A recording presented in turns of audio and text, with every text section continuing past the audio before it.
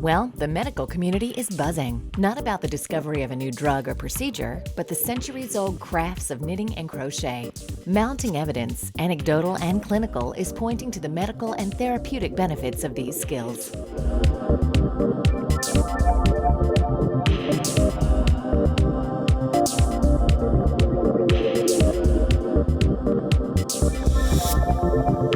There's now scientific evidence that sewing mends the soul. Turns out that a double loop, or pearl stitch, may be more powerful medicine for the body than we ever knew. A new Mayo Clinic study found that activities such as knitting during later years are good for your brain. Making things, bringing things into being with your hands is one of the most important things that we can do for happiness and wellness. There's a calming effect from knitting and crochet, but also the focus and the exactness of it and the discipline involved. These are skills that are applicable to the mind, and there's a very powerful relationship between hands and mind. There's research from Harvard to suggest that it lowers heart rate, it lowers blood pressure, and decreases stress. The amazing thing about it is that 60% of the total surface area of our brains is committed to our hands, only our hands. So when we stop using our hands, we stop stimulating our somatosensory cortex. And that plays into all aspects of thought and cognitive health and well-being. They've even shown that you can actually create new neural pathways because those activities, especially something like knitting and crocheting, is very bimanual. By using both hands simultaneously with fine dexterity, you're actually stimulating the brain in an entirely different way because we have two hemispheres. We're causing great interconnectivity between the two hemispheres of our brain. Knitting is preventative medicine. To the left of the thumb, to the right of the index, back through the middle, pull. To the left of the thumb, to the right of the index, back through the middle. I'll do it one more time, and you can notice how close my fingers are in proximity to each other. Okay, now you try it.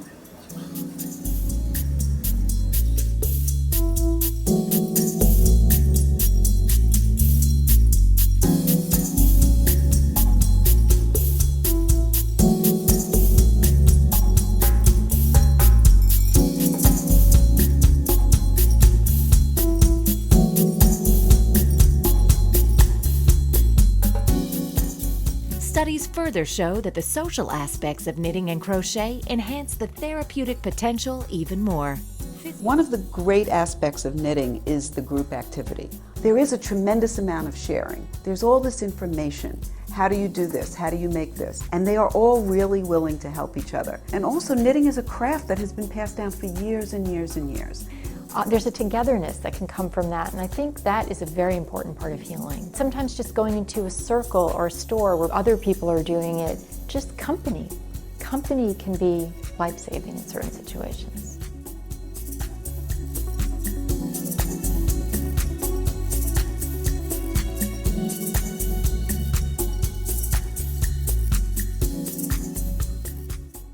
The whole handwork, it has more than just the creative end. There's an emotional end to it too. About 25 years ago, a really good friend of mine, Norma, started me knitting, and she passed away last October. And I decided that I needed to learn to knit again, to remember her.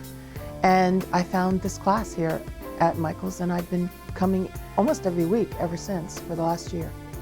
I want to learn how to knit chemo caps. My daughter had cancer a year ago, and she had chemo. She lost all her hair. And I saw something online recently that you can knit chemo caps and donate them. So I love to do crafts. I don't really need them in my home, but I like to do them, and I like to donate them for charity or just give them to people who want them.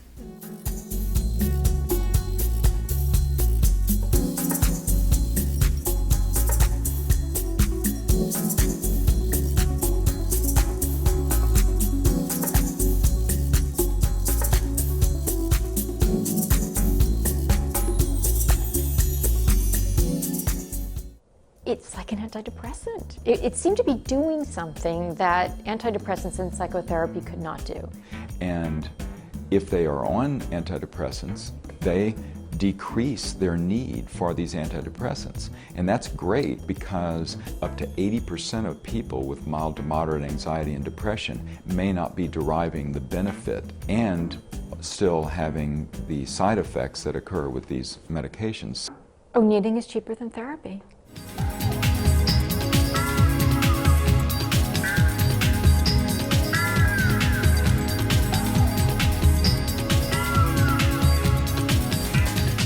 Lots of people don't know the meaning, don't know how fun it is to knit.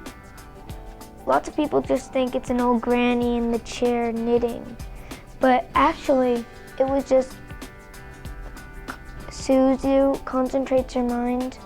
Interestingly, there's a new study that's happening now, I think it's in Eastern Michigan, for children, where the repetitive movement helps them focus and concentrate and actually has a really positive influence on their math and reading skills.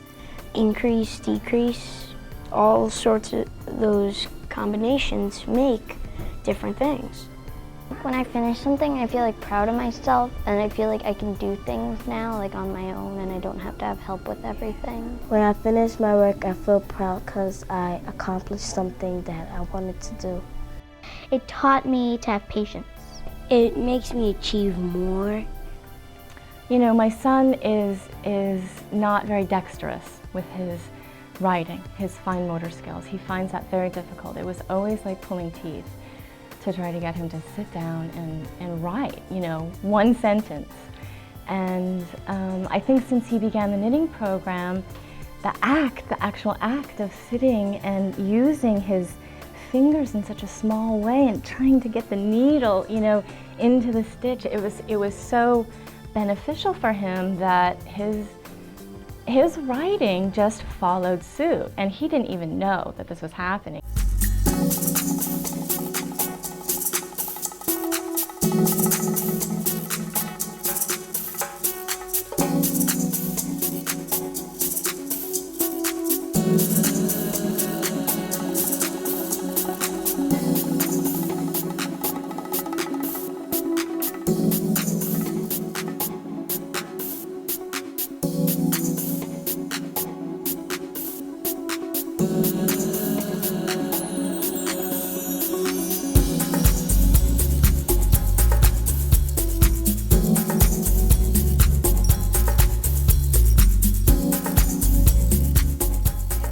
Knitting and crocheting it releases this tension that I think a lot of high schoolers build up. We talk while we knit.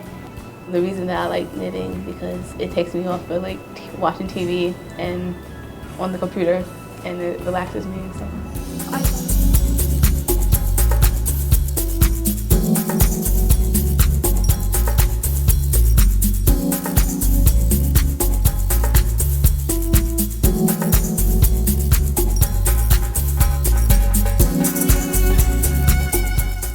I have had the pleasure of teaching knitting in a hospital.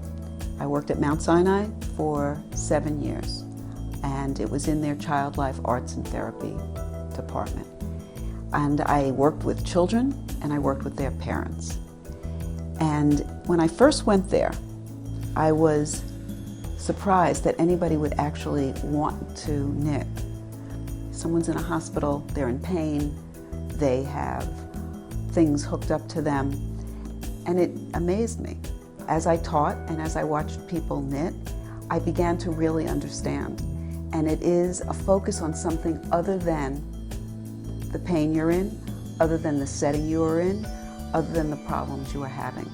Once you get into that zone, it does free your mind. The brain works very differently when the hands are moving. First of all, when you're doing a rote movement, it allows certain functions in your mind to happen, what we call an analysis-free association, so that really what it is a daydreamy state where your mind goes where it needs to go. Problems that we're worried about might come to mind and solutions might surface. There's a word that they use now in healthcare called compassion fatigue, and that is basically another word for burnout. And at MedStar Georgetown University Hospital, Project Knitwell was able to be a part of a research study that was done, which showed that knitting was a good intervention to help nurses reduce their burnout. I think the whole study was significant too, in the sense that there's been other studies on reducing compassion fatigue, and they haven't yet found a lot of interventions that have reduced compassion fatigue. So then as a result of that, MedStar Georgetown Hospital started offering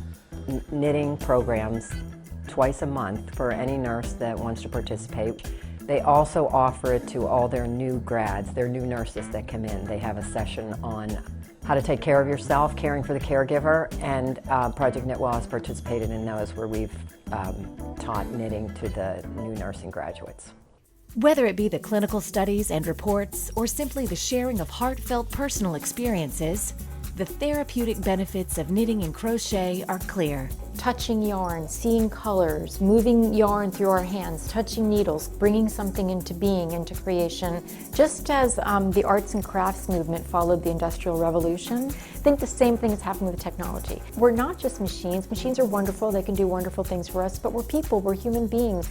If you are just tied to a screen, you may be missing out on the way things smell, the way they feel.